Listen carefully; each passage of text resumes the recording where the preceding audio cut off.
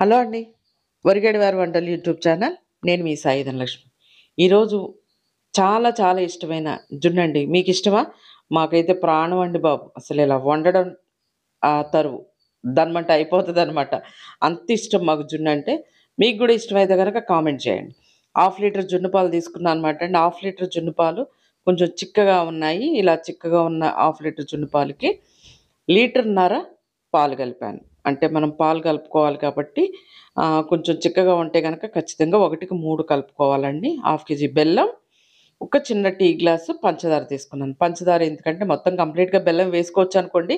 పంచదార వేస్తేనే కొంచెం మంచి స్వీట్ ఒస్తదనమాటండి. ఆ స్వీట్ మనకు జున్నులో ఉండాలి. ఉంటేనే కొంచెం తినబుద్దవుతుందండి. కంప్లీట్‌గా బెల్లం అయితే గనక ఒక్కొక్కసారి కొంచెం టేస్టు అటు ఇటుగా అనిపిస్తుంది. కొంచెం పంచదార వేసుకుంటే బావుంటుంది. అలాగే ఒక స్పూను మిరియాలు, ఇలాచి, పంచదార మిక్సీ పట్టేసిన పౌడర్ వేశాననమాట అండి. ఆహ్, కొంచెం ఈ పౌడర్ మెత్తగా పట్టేసాను.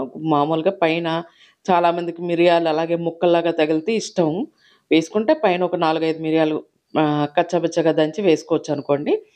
చక్కగా అన్నీ కలిపేసుకున్న తర్వాత ఒక డబ్బాలోకి తీసుకున్నాననమాట అండి. అంటే 2 లీటర్ల పాలు కదా! లీటర్ పట్టే డబ్బాలోకి తీసుకొని కుక్కర్‌లో నీళ్లు పోసేసి, ఆ డబ్బాలో పోసేసి పైన మూత పెట్టేసా. అంతే అండి. కరెక్ట్‌గా 15 నిమిషాలు. ఇంక పైన ఇంకేం మూత పెట్టవసరం లేదు. అలా ఉడకబెట్టేస్తే చాలు ఉడికిపోతుంది. చూసారు కదా! మన జున్ను రెడీ. కరెక్ట్‌గా 15 నిమిషాలంటే 15 నిమిషాలండి.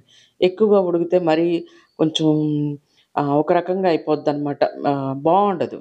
15 నిమిషాలు ఉడికితే సరిపోతుంది. మన జున్ను రెడీ. మీకిష్టమా జున్నంటే? అయితే మర్చిపోకుండా తప్పకుండా కామెంట్ చేయండి. అలాగే లైక్ చేసి, షేర్ చేసి, సబ్స్క్రైబ్ చేసుకోండి.